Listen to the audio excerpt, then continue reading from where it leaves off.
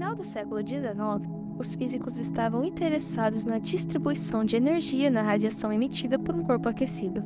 Nesse contexto, o chamado corpo negro era utilizado no experimento.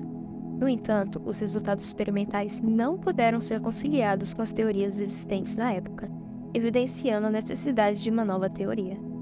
A história da teoria quântica começa com Max Planck, em 1900, que propôs a existência de pacotes discretos de energia, chamados de quanta, ao estudar a radiação do corpo negro.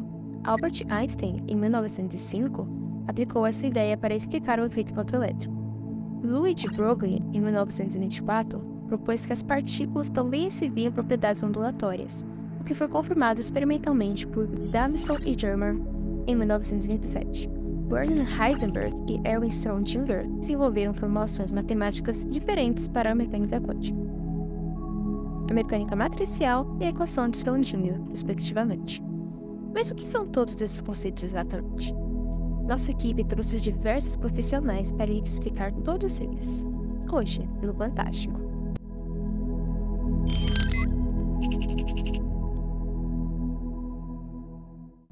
O que é a radiação do corpo negro? Bom, primeiro é necessário entender que os corpos emitem radiação térmica, que depende da natureza da fonte emissora e da temperatura. Corpos em altas temperaturas, como carvão e ferro em brasa, emitem radiação visível. Além disso, os corpos também podem absorver energia, aumentando sua temperatura.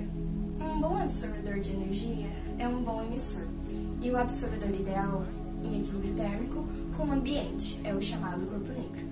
O corpo negro é um corpo ideal que absorve toda a radiação térmica incidente. Ainda que seja uma idealização, há diversas formas de obtermos corpos com comportamentos semelhantes ao de um corpo negro. Por exemplo, podemos revestir um corpo qualquer com uma camada irregular de pigmentos pretos. Qualquer corpo negro na mesma temperatura emite radiação térmica com a mesma intensidade total. Cada radiação de determinado comprimento de onda na mesma temperatura também é emitida com a mesma intensidade por todos os corpos negros, não importando o material de que sejam feitos.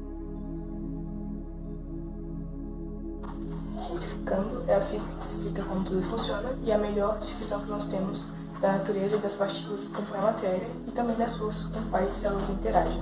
A palavra quântica ela vem do latim, que quer dizer quanto, e significa quantidade, né?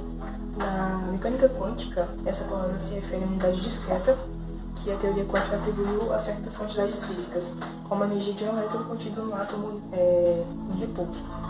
As unidades discretas elas são quantidades fundamentais que são discretizadas ou quantizadas, ou seja, elas existem apenas em valores específicos e também não podem assumir valores intermediários.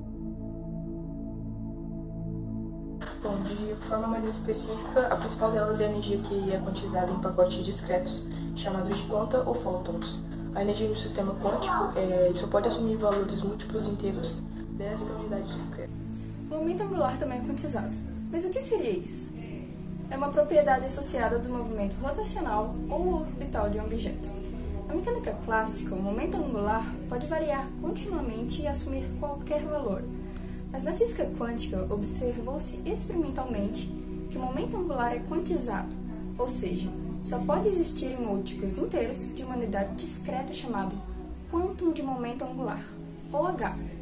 Essa unidade é aproximadamente igual a 6,626 vezes 10 elevado a menos 34 joule por segundo, e é conhecida como a constante de Planck. A carga elétrica também é quantizada em unidades discretas. O elétron, por exemplo, possui uma carga elementar negativa, que é considerada a unidade fundamental de carga. Essas unidades discretas da física quântica têm implicações importantes e levaram a descobertas como os níveis de energia em átomos, os espectros de emissão e absorção, bem como a explicação de fenômenos como o efeito fotoelétrico e a dualidade onda-partícula. Mas isso não é tudo. As partículas quânticas também parecem ser capazes de afetar umas às outras instantaneamente, mesmo quando estão distantes uma das outras. Este fenômeno verdadeiramente confuso é conhecido como emaranhamento, ou o entrelaçamento, ou, em uma frase cunha por Einstein, ação assustadora à distância. Esses poderes quânticos são completamente estranhos para nós, mas são a base da tecnologia emergente, como criptografia quântica ultra segura e a computação quântica ultra poderosa. Em termos mais simples, o emaranhamento quântico significa que os aspectos de uma partícula de um par emaranhado dependem de aspectos de outra partícula, podendo ser o estado em que está, como está girando em uma direção ou outra. A parte estranha disso é que quando você mede algo sobre uma partícula em um par emaranhado, você imediatamente sabe algo sobre a outra partícula, mesmo que elas sejam separadas por milhões de anos-luz. O que é o efeito fotoelétrico? Por volta de 1886, o físico Henrik Hertz realizava diversos experimentos com o intuito de demonstrar a existência das ondas eletromagnéticas.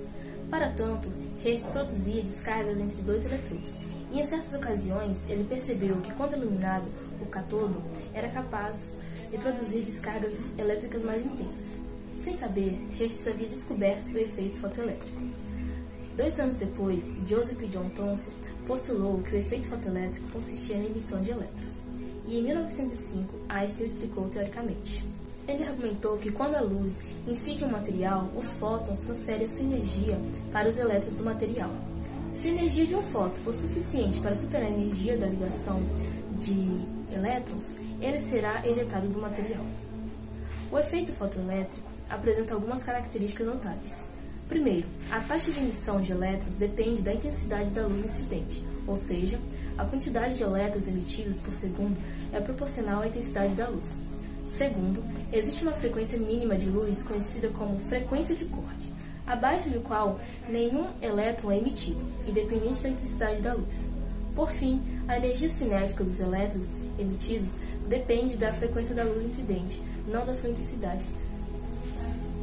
Em um nível básico, a física quântica prevê coisas muito estranhas sobre como a matéria funciona que estão completamente em desacordo com a forma como as coisas parecem funcionar no mundo real.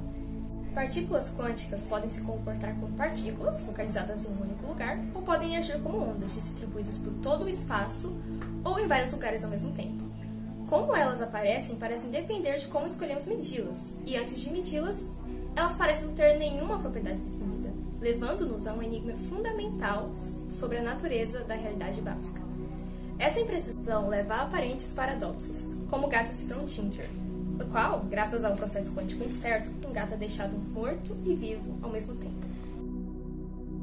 Como a matéria funciona... Bom, tem que desligar o ventilador.